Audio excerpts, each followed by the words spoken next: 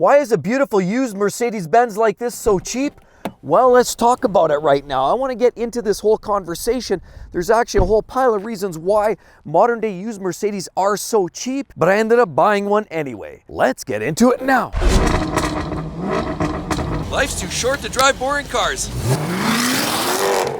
So I love bang for buck, and I certainly love getting a great deal, and that's why I bought myself a used Mercedes-Benz like this one, the C300 we picked up. We bought it 2 years old. We got even extended warranty on it. We got a lot of extras thrown in. We got all-weather mats. We got paint protection film. We even got the protective packages for the key fob as well as rim and dent protection. So they threw a whole pile of extras in, and we got such a great deal. They were almost giving this car away, when in fact I priced out these vehicles recently, and a brand new replacement version of this is almost $70,000. Plus put a little bit of extras, taxes, all in, you're about 75 grand out the door. Guess what? We paid 35.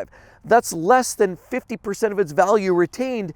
And actually, this is such an amazing vehicle. The difference is the latest has that updated dash and of course some other technology, but generally it's the same vehicle. The first reason is we know what happened in 2000. The lights went off, everybody worked from home, everybody started spending money left, right, and center. They wanted cars, toys, SUVs, boats. People couldn't travel, so they were basically sitting at home. They couldn't spend their money. Governments were paying all kinds of handouts because some people couldn't work. As a result, people were buying a lot of these vehicles, luxury vehicles that often people wouldn't have normally purchased. So now we're starting to see the floodgates of those vehicles coming back to market as a used car response. We're having lease returns, and we're having a mass amount of returns, either whether it's coming through leases or of course through auctions, repossessions, and naturally vehicles that are just getting traded in.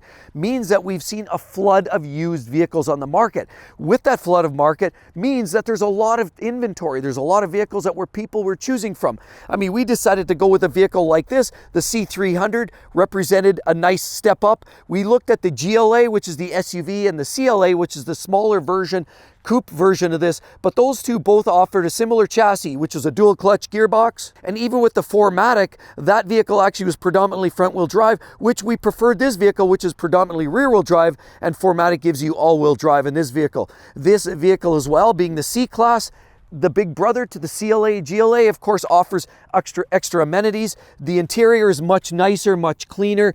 The dash is much more nicely dressed. It has more detail afflicting it. And it just felt like 10 times more car than the CLA, so we stepped into this. But the reality is you can get yourself an amazing Mercedes-Benz for fractions of the dollars.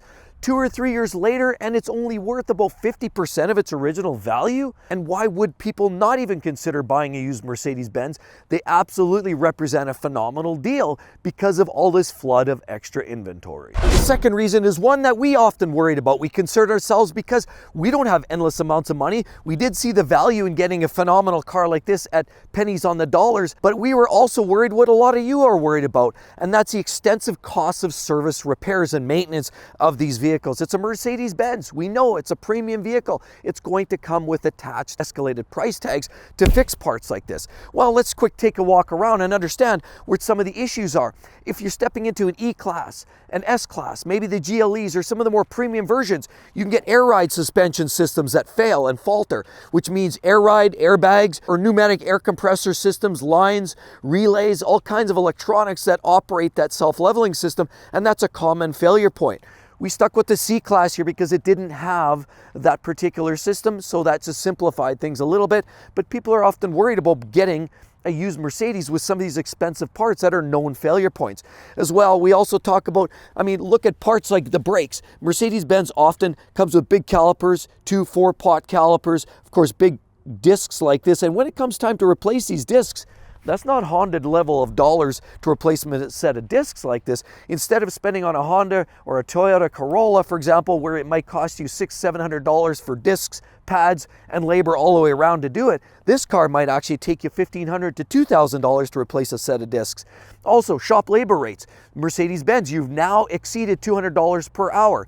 If you have a check engine light on the dash, people are often worried about that's instant panic mode, because check engine light usually means now you have to take it to the dealer. There's a minimum diagnostic fee that all of these dealers are starting to charge now. That's going to cost you dearly. Oil changes, huge cost. Where you can get a standard oil change on your basic little Toyota or Honda Accord or Civic, you can get those done for under $100. These vehicles here, you can't get out of the shop for paying less than $250 for an oil service, which gives you a set of 50-point checks. But I mean, when you look at parts under here, there's a lot of expensive components. Now of course we have intercoolers, we have turbochargers buried down in there, we have expensive filters and parts, we have a lot of components that generally are expensive. The battery under here, which is buried under in this space, and you can barely just see the battery in there, ends up costing you a lot more money because it's a significantly priced, oversized battery that when we just had to replace it this winter because ours croaked, and it was very pricey. You could only get it from the dealer, and while the jobber shops said they could get one, we found that the price was almost identical and you had to wait a significant amount of time, so we just decided to go. So often parts are more exclusive, you often have to wait, they're getting shipped from the coast, possibly from Europe or Germany or so on and so forth. You often are waiting and spending a lot more for any of the parts that typically go under there, and people are worried about that. They want flexibility. They want vehicles that are practical, lower cost to replace parts, and more reliable. And while these aren't necessarily the most unreliable vehicles, when they break big, and parts are much more expensive, 2, 3, 4 times as much money than you're going to spend for a garden variety Honda Accord or even a Toyota Camry. This vehicle is a luxury vehicle. You're going to pay from top to bottom. The third item is an item that a lot of people recognize has been a significant problem and a downgrade as the last number of years went on. We think about Mercedes-Benz back in the 70s, 60s, you know, the original generations with the old turbo diesels that you still see running in Europe today, still hustling people around. Some of the older original Mercedes-Benz were built to last. And these latest generation Mercedes-Benz often have a substandard build quality in my own personal experience. And unfortunately, it's the reputation that catches up with them. What we had here, this, as you could see, it's still sort of loose. We have parts, body panels, even though this is nice, it won't rust. This can, but this part here came off. You'll notice there's a bit of a gap here. That fell off. We hit a set of train tracks and that panel actually dropped. On top of that, during the same event, we had a problem inside the door panel here. And right here, this actual speaker came out, went inside the door cavity, popped right out. I mean, it was a significant set of train tracks, but come on. I've hit that tracks with many other vehicles, and it wasn't until we hit the tracks with this vehicle that body panels start popping off.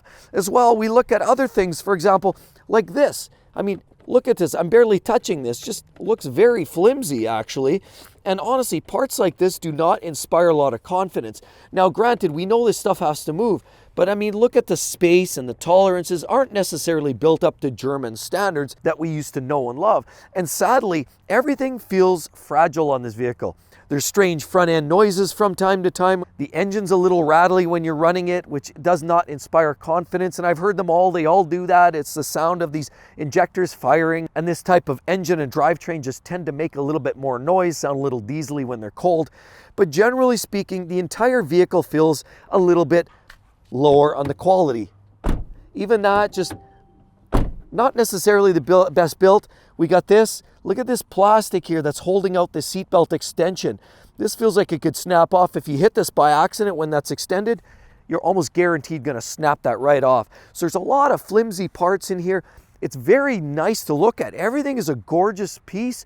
It's well designed, well sculpted from a cosmetic perspective, but the quality is not necessarily what we expect it to be. Rust as well on some Mercedes can be a big issue. This one here, not so bad, but generally common areas for rust. You can get water that gets down into here, pulls in here, you can get rust up in these areas.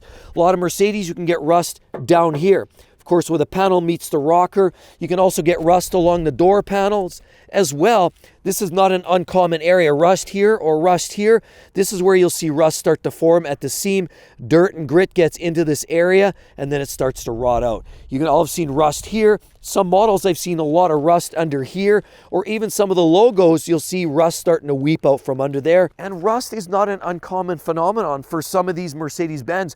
Now, I haven't seen it too much on these latest models, but if you go far enough back, you'll see the old ML500s, they rot out like there's no tomorrow. You put the car away, you wake up in the morning and there's a new rust bubble. They just literally rusted that badly. So unfortunately, the quality is another reason why a used Mercedes is just so cheap. And so the next reason comes down to when we were out shopping for these cars, it was a hard decision. Do we buy this? Maybe a BMW? How about a Genesis? I mean, even Audi has some great vehicles, and there's so many great choices on the market. It doesn't matter whether you want a coupe, a sedan, an SUV, there's literally flavors for almost everybody out there. And the interesting part is, to get to this place was, we just like the style of it. We like the interior finishing of these vehicles, and that's really what gravitated to us. But the bottom line is there's stiff competition when you're buying these Mercedes-Benz. You could literally go anywhere, buy just about anything, and because it's a luxury brand, if it's just more or less ho-hum, it's hard to justify buying one of these. And so at the end of the day, stiff competition from all the big players are there waving their banners, waving their flags, showing what they've got, showcasing their next greatest vehicle. And it leaves a Mercedes-Benz with the slightly lower quality standards in a place that are much less appealing to buy. Another reason these are so cheap on the used car market is the heavy depreciation. Well, that's sort of the same thing, isn't it? But it's the depreciation, which is a common phenomenon with a lot of German manufacturers. A lot of doesn't matter whether you're buying a Mercedes, BMW, Audi, they all tend to depreciate like they're going out of style. The only vehicles that tend to hold their own are the specialty vehicles. Here, the AMG C63S does better. If you're looking at M cars, BMW M3s, M4s do well. If you're looking at some of those specialty hot rod vehicles that enthusiasts love, they do well. And so here we are, we're into this gorgeous Mercedes-Benz for fractions of the dollar. I mean, you can actually expect 30, 40, or even 50% of the value, poof, up in smoke within 3 years. And so it's that very depreciation makes them very cheap and affordable. But that's not unique to Mercedes-Benz. That's definitely a universal thing for luxury vehicles in general. Try Jaguar, try Land Rover, Range Rovers. You'll see real fast how quickly that new vehicle depreciates. But Mercedes-Benz is the same thing. And as a result, I was able to get this beautiful C300 all dressed up with all sorts of extras in here for a significant price discount just because of the depreciation factor. It represents a huge value for somebody looking to get into a phenomenal vehicle, luxury vehicle like this, that has all of the amenities. And if you get it with a CPO or an extended warranty, you can get yourself such an amazing vehicle. You enjoy the same experience that that person did when he bought it new, but you don't have to pay new dollars. Instead of paying 70, pay 35. Instead of paying 100, pay 50. That's just roughly where the ratio's at. Nobody's ever going to accuse a Mercedes-Benz of being cheap and affordable, especially when brand new. But they're exclusively high priced when they're new to the point where they're almost too much money. I mean, sticker shock is real. Look in the showroom. Check out some of the prices of the latest and greatest. And a car like this, like I said, you'll see for $65,000, $70,000 on the showroom floor now. Why is it so inflated? A lot of it is marketing noise. A lot of it is the manufacturers need to pay for those beautiful showroom floors, pay for the concierge service, give you that nice hot coffee when you walk in, have those people greeting you. They have to pay for all that marketing nonsense, hats and paraphernalia. They have to pay to get their name in the newspapers, and they have to pay for their F1 teams. Yes, they have to do all of that on your dime. It's the street cars that are paying for all of that. And to get that warm and fuzzy feeling, you are paying for it. So where does that all come from? New car prices, service, parts.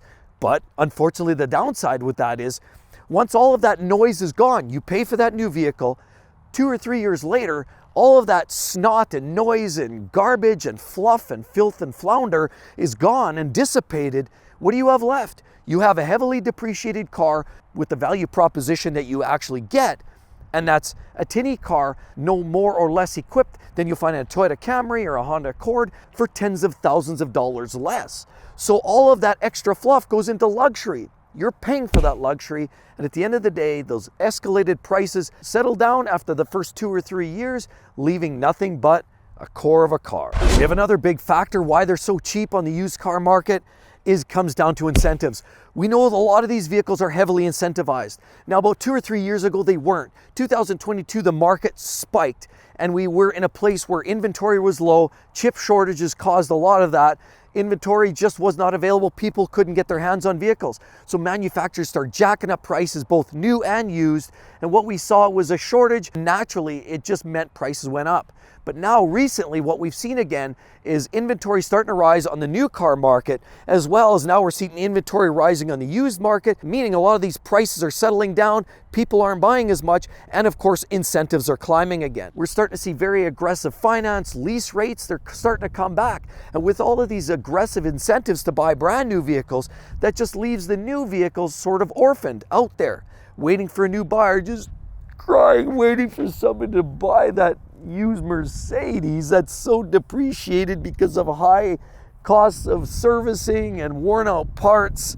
But anyway, high levels of incentives are starting to flood the market again. Great interest rates, great incentives, great discounts, and a lot of these OEMs are starting to move their new vehicle inventories again. And as a result, people are getting into those because of heavy incentives, leaving a lot of these vehicles available for the suckers like me who look for bang for buck and great value. And with all of that said, you want to check out that video. That's all of the most reliable cars and SUVs that you can possibly imagine on the market. It's a long wait. Grab your popcorn. You're going to enjoy it. Hope to see each and every one of you on the next one. We'll see you real soon. Bye-bye.